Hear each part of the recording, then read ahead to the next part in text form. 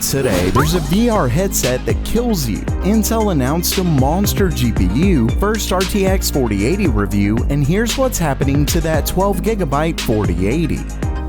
Welcome everyone to Gamer Meld. First up for today, while I just said that I don't usually do odd stories with the McDonald's chair, I do have one more. The story comes from a new blog post by Palmer Luckey, who's the original founder of Oculus VR before it was bought out by Facebook. In the post, he discusses the fact that he made a VR headset that will literally kill you if you die in VR. Yeah, you heard that right. He did it in honor of the popular Japanese light novel called Sword Art Online, which is essentially about a VR MMO that is fatal if you lose. So yeah, Palmer Luckey did it in real life for some reason. And before any of you ask, no, I will not be reviewing this one. As far as how he did it, Luckey modified a Quest Pro with 3 explosive charges that go off when you die in the game. He attached it to a narrow band photosensor to detect when the screen flashes a specific frequency of red. Of course, there are a ton of issues that can happen, like it being hacked or a malfunction, but apparently Palmer Luckey is working on that for some reason. I don't really know, given even if it works perfectly, it's still a device made to kill you if you lose at a game. I get that he wants realism, but my advice would just be to join the military or something. You can't get more real than real. So far, he only made one, it looks like, and just calls it a piece of office art. So that's good at least, I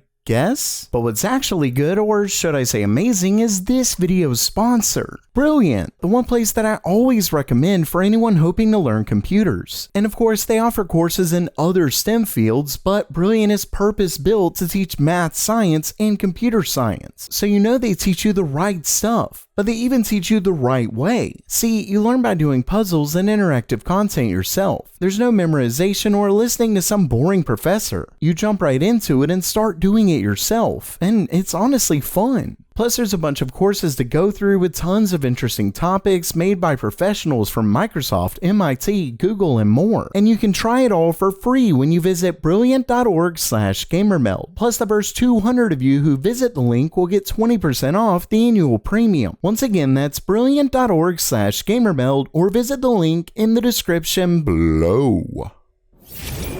Next up for today, Intel just announced a new series of products just before the Supercomputing 22 event in Dallas. They're called the Max series, and while they're somewhat a rebrand of Ponte Vecchio and Sapphire Rapids, Intel gave us some performance numbers that are truly impressive. For starters, the Xeon Max CPUs get up to 56 performance cores and is as much as 68% lower power for the same performance versus Milan X. Plus, it apparently gets as much as 2.8 times the performance, though you'll notice that they reference memory, and that's because these are the CPUs that come with HBM, so it's likely only going to win at very particular memory-bound workloads. We'll have to wait and see how it actually performs in most other workloads. But the really interesting part, I think, is with their Max GPUs, because this shows just how powerful Intel's cards can get, and just what they may be able to do for gaming. And here, they do not disappoint. Intel announced 3 Max series GPUs, the Max series 1100, 1350, and 1550. The 1100 is a PCI Express card, and it's a 300-watt GPU with 48GB of HBM2E memory and 56 Xe cores, so quite a bit more powerful than the A770. But get this, their most powerful GPU is a 600-watt OAM module with a whopping 128 Xe cores and 128GB of HBM, so it's a beast of a GPU. In fact, according to Intel, it gets 2.4 times the performance of Nvidia's newest A100 in finance and 1.5 times in physics. Of course, these are very specific tests, but it's a seriously impressive GPU to say the least. And like I said, I think it shows Intel's true potential, though this is an MCM, so they would have to figure that out on the gaming side before it could translate over. But maybe we'll see something like this by Battlemage or Celestial. Fingers crossed.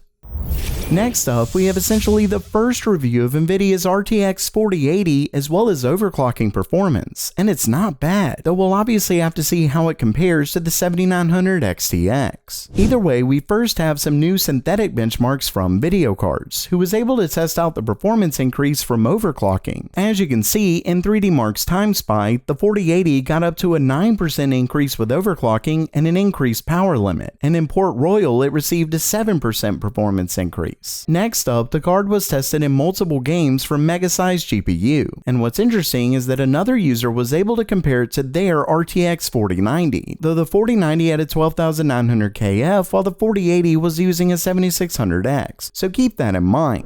Either way, we can see that in Forza Horizon 5, the RTX 4090 was 15.7% faster than the 4080, Shadow of the Tomb Raider was 38.8% faster, Red Dead Redemption 2 was 30.3% faster, in Cyberpunk 2077 the 4090 was 33.7% faster, and it was just 7.9% faster in Modern Warfare 2. All in all, there's definitely a huge performance gap between the 4080 and 4090, leaving a ton of room for other GPUs down the road. Ultimately, I'd say it's best to wait on the 7900 XTX before making a decision, though early rumors are pointing to low stock numbers of the 4080, so you may have to jump on it if you get the chance.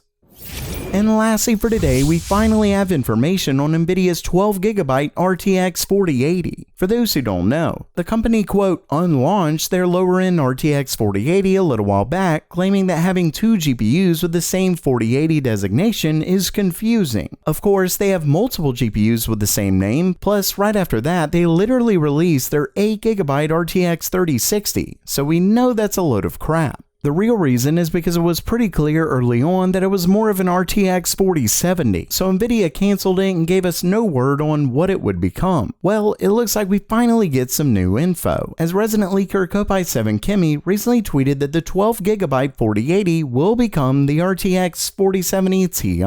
Now, that's somewhat annoying because it means Nvidia likely won't be lowering the price very much, and it means the regular 4070 is probably going to get just 10GB of GDDR6 instead of 12. Not only that, but it's set for a release in early 2023. At the end of the day, the 12GB RTX 4080 was certainly a misstep. Time will tell if the new GPU will be worth the wait. So while that does it for today, what do you think about Intel's new monster GPUs? And what about Nvidia's RTX 4080? Let me know down in the comments below. And make sure to check out brilliant.org/gamermeld in the description below. And as always, have a great day.